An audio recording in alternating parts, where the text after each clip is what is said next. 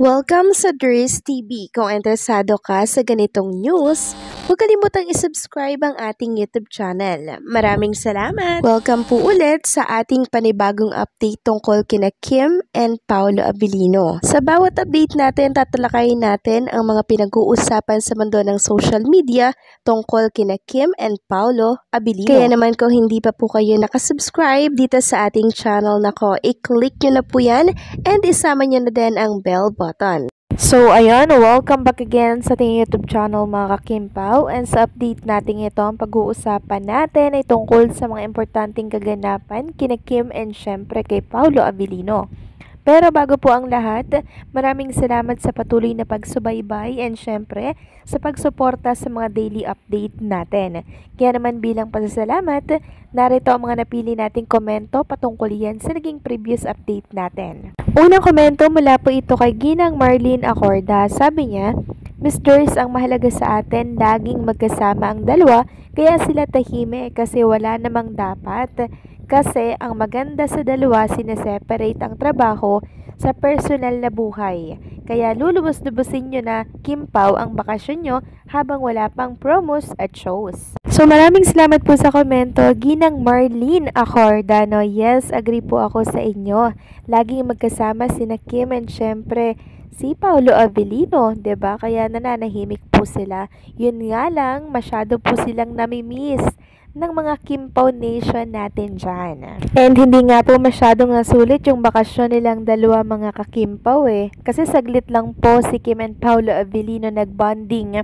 Hindi ko alam kung sa Bohol or somewhere in Cebu, kaya medyo na-delay yung flight nila, no? Pero at least nagkaroon po sila ng bonding moment with Twinkle at asawa po nitong si Twinkle. Kasi busy na naman po sila sa rehearsal para po ito sa ASAP England. So maraming salamat sa komento, Ginang Marlene Acorda. God bless and mabuhay po kayo. At ang pangalawang comment naman, mula po ito kay Ginang Norma Dayag. Sabi niya, "Good PM Dries TV, ano naman yan? If ever na nasa isang room sila, what is wrong? Civilly married naman sila, green-minded kayo mga bashers. So if they stayed in one room, privacy nila yon. Wag na nating pakialaman yung buhay nila. Karapatan nila yan. Masaya na kami sa inyong dalawa Kimpaw at sana'y Pau wag mo nang iiwan si Kim sa kondo niya para may kasama siya at medyo maibsan ng problema. Si Kim, lahat yan na problema mo ay may kapalit. Kapit ka lang sa kanya. God bless you both and all your legit fans, bloggers, seniors, and family." Maraming salamat sa komento, Ginang Norma Dayag, no? Nasa isang room po sila dahil nagre-rehearse nung para po sa kanilang kanta na ipe-perform po sa ASAP England. Marami nga po ang nagtatanong kung anong song yung kakantahin ni Kim and Paolo Abilino dahil for sure magpapakilig na naman ito sa mga OFW natin dyan sa England. Ako nga din po mga kakimpaw, medyo nako-curious at na-excite ako sa ganap na to ni Kim and Paolo Abilino kasi syempre meron silang song na pagsasamahan. Tapos may dance performance pa si Chinita Princess mga kakimpaw, and for sure pasabog na naman na to kasi nakita ko po yung ilan sa mga moves ni Chinita Princess kasama po yung kanyang choreographer. Grabe yon mga kakimpaw, sobrang pasabog po nito. Kaya naman ang dami pong excited na sa magiging participation ni Kim and Paolo sa ASAP England by August 30 ba yan mga kakimpaw or 28? August 30 ba, no? Basta bago matapos ang August mga kakimpaw, talaga naman pong magsasabog ng kilig si Kim and Paolo Abilino. Kaya ngayon pa lang, good luck na sa kanilang dalawa. So yun na nga, pag-usapan na natin ang tungkol dito sa mga update na nakalap natin sa gabing ito. At unahin na nga nating pag-usapan ng katanungan po ng ilang mga Kimpaw Nation natin dyan kung babalik pa daw ba si Kim and Paolo Abilino dito sa Cebu para sa taping po ng The Alibay. Ang sagot po ay ito mga kakimpaw. Sabi nga dito ni Jezebel, babalik ulit sila ng Cebu, magpapahinga lang dahil ang Kimpaw lilipad ng England. So nasaan ang Kimpaw dito? Meron kasi silang picture dito ng buong team po ng Alibay.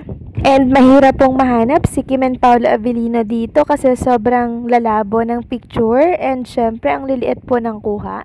At makikita nga dito mga kakimpaw yung background po nila dyan. Medyo may tubig, 'di ba? Parang ilog ba to or what, no? So, ang good news dito, babalik pa rin daw si Kim and Paolo. Hindi po sila magbabago ng location shoot para po sa The Alibay. Meron kasing nagre-request na sana daw sa third cycle po ng The Alibay sa Cebu, sa ano naman, sa Baguio naman daw, kung saan ay hometown ni Paolo Abilino. So, hindi natin sure kung merong Baguio po na location ng taping kasi sa Cebu lang talaga yung kanilang parang pinakang spot. Kasi ang dun din po yung bar na kung saan ay isa sa kinukuhanan po nila ng eksena nitong si Chinita Princess. Samantalang next topic naman tayo mga kakimpaw, nirepost po ni Ma'am Carl Marcid itong Instagram story ni Chinita Princess pagbati po sa kanya para sa birthday. So, meron po kasing parang kinulage si Kim Cho dito na picture nila with Carl Marcid and syempre Sir Dio. Sabi nga po ni Ma'am Carl Marcid, love you Kimi, nakaka-emotional makita si Sir Dio. Thank you for the love. So nabuhay sa ating alaala itong si Sir Dio, 'di ba? Siguro naman ang daming nakakamiss sa kanya.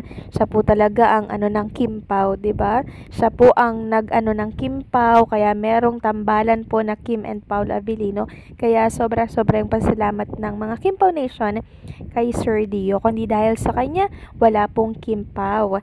At eto nga po ang mas nakakakilig dyan. Talagang pinatunayan po ni Kim and Paolo Abilino na conjugal na talaga yung mga binibigyan nilang regalo sa mga gusto po nilang bigyan ng regalo. So nung nakaraan, 'di ba, nagbigay si Kim and Paolo Abilino ng lechon kay Ma'am Carl Mercy, 'di ba?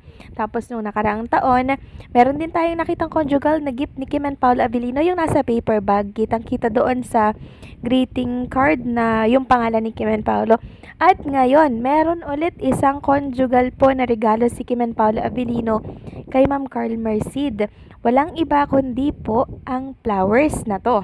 Yes po, ang bouquet of flower na yan ay mula po kay Kim and Paolo Abilino. At makikita nga dyan yung pag-greeting card ng Kim Pao. Nakatag din po dito si Kim and Paolo Abilino. And syempre, pinasalamatan din po dito si Kim and Paolo Abilino. Sabi nga dito ni Ma'am Carl Marcid, thank you Kim and Pao, I truly feel the love. Tapos may 3 puso dyan at 3 emoji po na emosyonal. So napaka-generous talaga ni Kim and Paolo Abilino, no?